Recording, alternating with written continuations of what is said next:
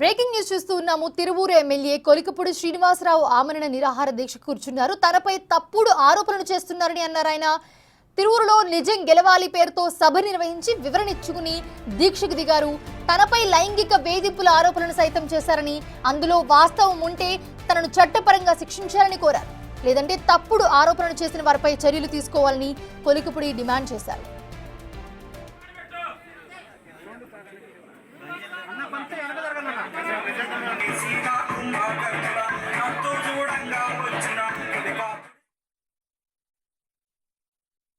నేను లైంగికంగా వేధిస్తున్నానని 4 రోజుల క్రితం విజయవాడ హాస్పిటల్ దగ్గర ఒక వీడియో పెట్టారు.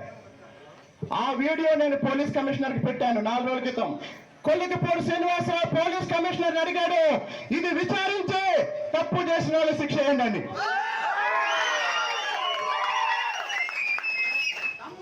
ఇప్పుడు నేను అడుగుతున్నా నా ఫోన్ నుంచి తుమ్మలపల్లి కవితకి ఏం మెసేజ్లు వచ్చినాయి, ఏం ఫోన్లు వెళ్ళి బయట పెట్టండి. ఆమె ఫోన్ నుంచి నాకేం మెసేజ్లు వచ్చినాయి, ఏం ఫోన్లు వచ్చినాయి బయట పెట్టండి.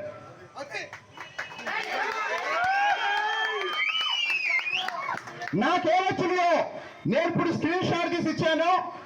మా మేనేజర్ కిరణ్ గ్రూపుల్లో పెడతాడు. మరి నేనేం పెట్టాను వాళ్ళు కూడా స్క్రీన్ షాట్ తీసి పెట్టమనండి. ఇంకొక విషయం మేము అందరిని అడుగుతున్నా, లైంగికంగా వేధించారని చెప్పారు కదా, ఏమన్నా అందులో నిజం ఉంటే ఇన్ని రోజులు ఆగుతారా?